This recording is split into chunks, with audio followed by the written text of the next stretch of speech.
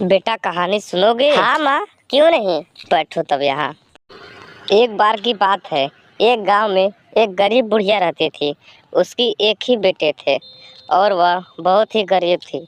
एक दिन मेला आया और उस गांव के सभी बच्चे मेला देखने जाया करते थे। तो वह भी रोने लगता है और वह अपने माँ से कहता है कि माँ मैं भी मेला देखने जाऊंगा। तो उसकी माँ के पास सिर्फ 2 रुपए थे और वह अपने बेटा को दे देता है और बोलता है बेटा कुछ खा लेना। तभी वह मेला में जाता है अपने दोस्तों के साथ। तभी उसके दोस्त बोलने लगते हैं कि अरे चलो झूला झूलते हैं। तो वह कहता है नहीं, झूला तो हम बहुत झूलते हैं, हम नहीं झूलेंगे झूला। फिर वह आगे चलकर कहते हैं कि चलो जलेबी खाते हैं, लेकिन कहता है कि नहीं, घर से खा कर आए हैं, जलेबी नहीं खाता है वो। तब फिर आगे चलते ही खिलौनों का बाजार मिलता है। तभी उसके दोस्त बोलते हैं कि चलो कुछ खिलौना लेते हैं। तभी बोलता है कि नहीं, हमारे घर के पास बहुत खिलौना है।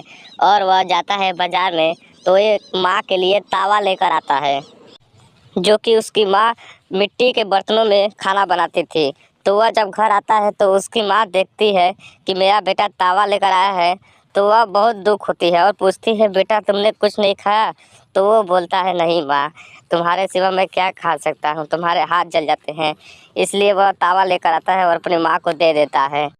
उसकी माँ फिर रोने लगती है और बोलती है कि मेरा बेटा कुछ नहीं खाया और मेरे लिए इतना चिंता कर रहा है। तो इस कहानी से तुम्हें क्या सीख मिली बेटा? यही कि घर में कोई भी कैसी भी परिस्थिति हो पर अपने माँ बाप को कभी दुख नहीं पहुँचाना चाहिए।